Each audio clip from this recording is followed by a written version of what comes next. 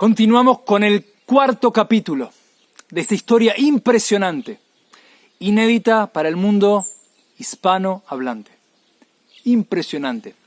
Básicamente hablamos en 3 capítulos donde la historia de un árabe que fue adoctrinado en lugares para ser potencialmente un terrorista anti-Israel y luego termina convirtiéndose al judaísmo.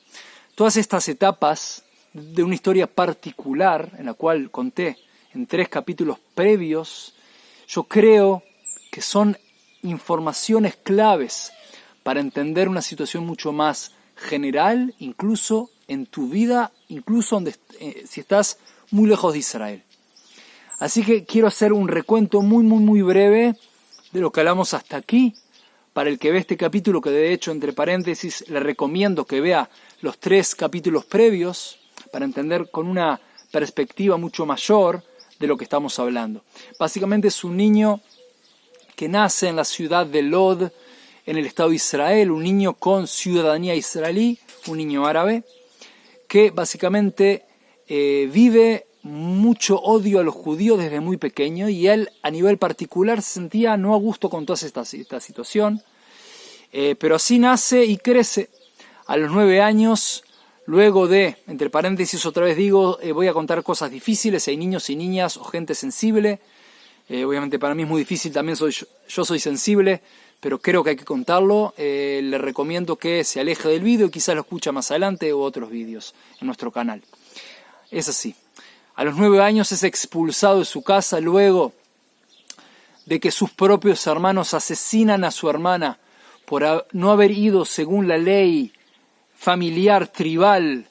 Como se sabe que en el mundo árabe hay como una cultura muy tribal, de familia o de familias, hamulot se dicen en Israel, o sea, en el mundo, en Israel se lo llama como hamulot, es decir, como tribus, bandas que van una contra la otra, la más fuerte es la que gana. Eso es a nivel promedio, a nivel árabe, es algo muy normal, y es algo que se conoce, no es algo extraordinario. Y así él creció en una ciudad israelí, en la sociedad israelí, en el mundo árabe, en la sociedad israelí. Como árabe creció. Ahora, él es expulsado a una mezquita en Gaza, está aproximadamente 5 años y medio en esa mezquita, desde los 9 años hasta los 15 años aproximadamente. En esa mezquita vive un adoctrinamiento muy severo, según un islam muy severo y muy extremista.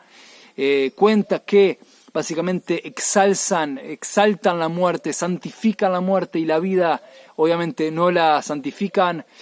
Hacen paseos por el cementerio. A él cuenta que lo meten en una tumba y los compañeros de él, eran como 500 compañeros en toda la mezquita, no sé cuántos eran en ese lugar en el cementerio, leyendo del Corán, que es como la Biblia del Islam, y él como trauma recuerda los olores y toda esa situación tan horrible.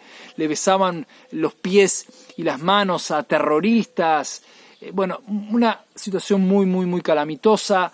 Él vive a nivel particular vive tortura como niño en esa mezquita.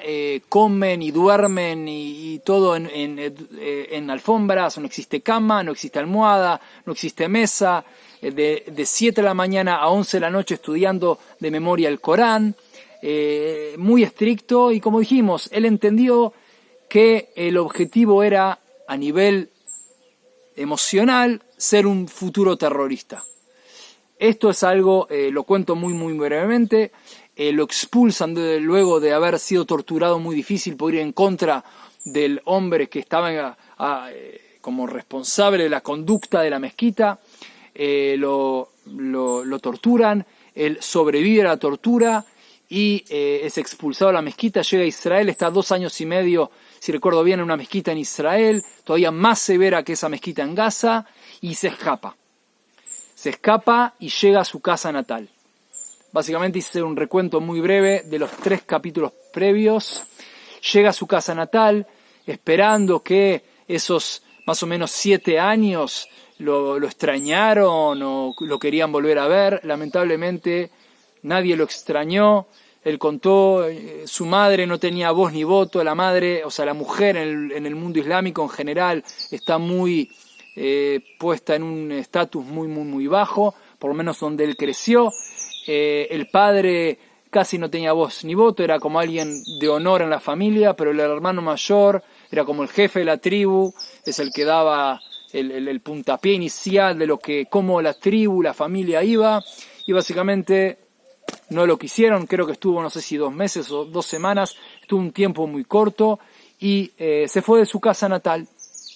Piensen que de los 9 años hasta los creo que 16 años aproximadamente no estuvo en su casa, y piensen la tristeza de este pobre niño. Después de vivir tantas torturas, tantas cosas tan difíciles, llega a su casa queriendo un poquito de amor fraternal, y lamentablemente recibió todo lo opuesto. Y bueno, ¿dónde terminó? En el cementerio árabe en Lod.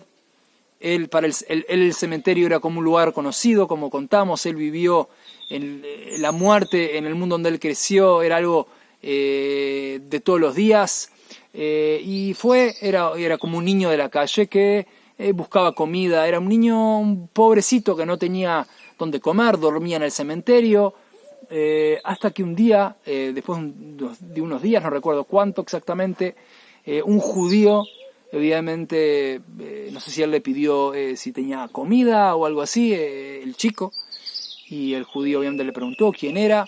Bueno, básicamente se ocupó de él, le dio dinero, lo llevó a la estación central de ómnibus, seguramente le dio comida, le dio ropa, no sé exactamente los detalles, o no recuerdo.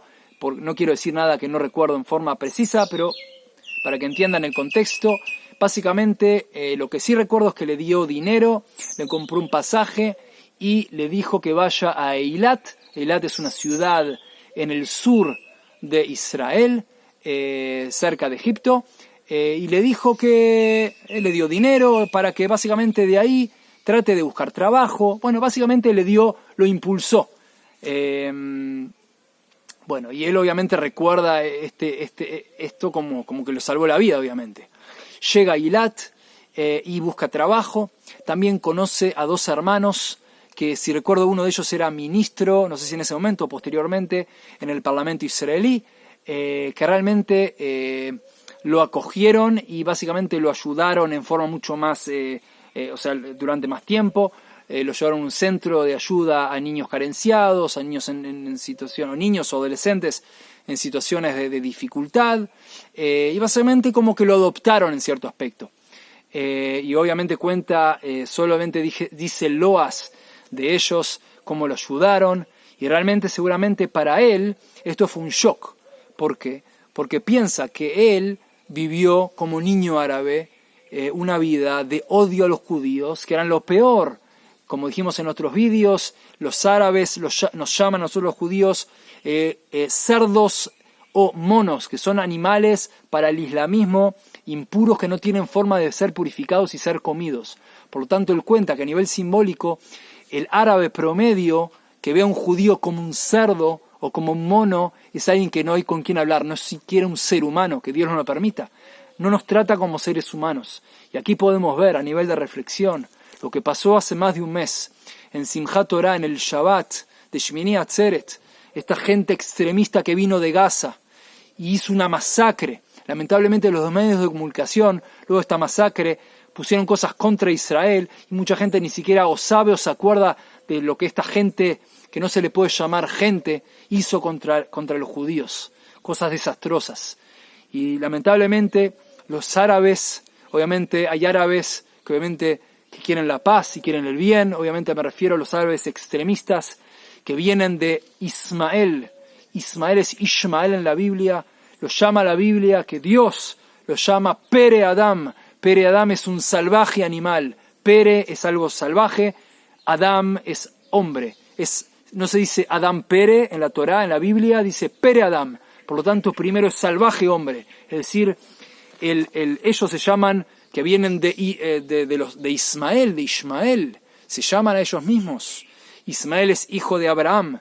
Obviamente Abraham tuvo a Ishmael y también a Isaac, que de ahí venimos nosotros los judíos. Abraham, Isaac y Jacob, 12 tribus de Jacob, y ese es el pueblo judío, el pueblo de Dios, el pueblo de Israel. Pero Abraham también tuvo un hijo que se llama Ismael, o Ismael en castellano, que de muchos de los árabes extremistas se llaman hijos de él. En la Biblia ya te dice su esencia, Pere Adam, salvaje hombre, ni siquiera hombre, salvaje hombre, que está escrito en la Biblia, que era delincuente de profesión, en las calles, ¿cuál era su profesión? Roveh Kashat, está escrito en la Torah, Roveh Kashat, era alguien experto en tiro al blanco, en flecha, tiro con la flecha, básicamente era el arma en ese momento. Cuentan nuestros sabios que su profesión era ser delincuente en las rutas, básicamente frenaba a gentes en las rutas y los robaba o los asesinaba. Era alguien muy muy negativo, pero hay que saber que al final de sus días Ismael hizo teshuvá, se arrepintió.